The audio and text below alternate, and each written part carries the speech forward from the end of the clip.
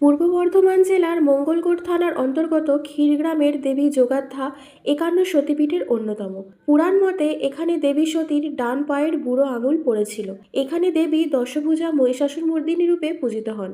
প্রতি বছর বৈশাখ মাসের সংক্রান্তিতে দেবী যোগাধ্যা মায়ের বাৎসরিক পুজো অনুষ্ঠিত হয়।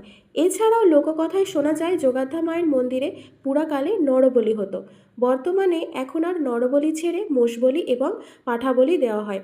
আমরা গিয়েছিলাম যোগাধ্যা মায়ের পুজোর দুদিন আগে। তো দেখো এখানে মেলার প্রস্তুতি চলছে। মেলাটি চলে 7 দিন ব্যাপী, কিন্তু মায়ের পুজো হয় একদিন। আর ওই যে দূরে ওই দিঘিটা দেখতে পাচ্ছ, ওটা ধামাস দিঘি নামে পরিচিত।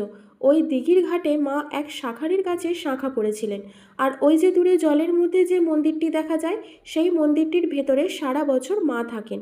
বছরে এই একটা দিন, বৈশাখ মাসের 31 তারিখে মাকে জল থেকে বের করা হয়। প্রচুর প্রচুর ভক্তের সমাগম হয় এই একটা দিনেই। অনেক দূর থেকে লোকজন আসে। আর এটা হচ্ছে মায়ের আরও একটি মন্দির। আর এই যে বিছানাটা দেখছো, এই বিছানাটাতে মা রাত্রেবেলা শুয়ে থাকেন। মন্দিরের পুরোহিতদের কথায় শোনা গেছে প্রতিদিন সকালবেলা মন্দিরে দরজা খোলার পর নাকি বিছানাটা এলোমেলো হয়ে থাকে। এছাড়াও গ্রামের লোকজনের কথায় যেটা শোনা যায়, এই মন্দিরের রাস্তা দিয়ে সন্ধ্যের পর নাকি কেউ যাতায়াত করতে পারে না। মা নাকি সন্ধ্যের পর এই রাস্তা দিয়ে হেঁটে চলে বেড়ান। অনেক বড় এরিয়া নিয়ে মায়ের মন্দিরটি। মায়ের শুধু একটাই মন্দির নয়, এই গ্রামে মায়ের অনেক মন্দির আছে।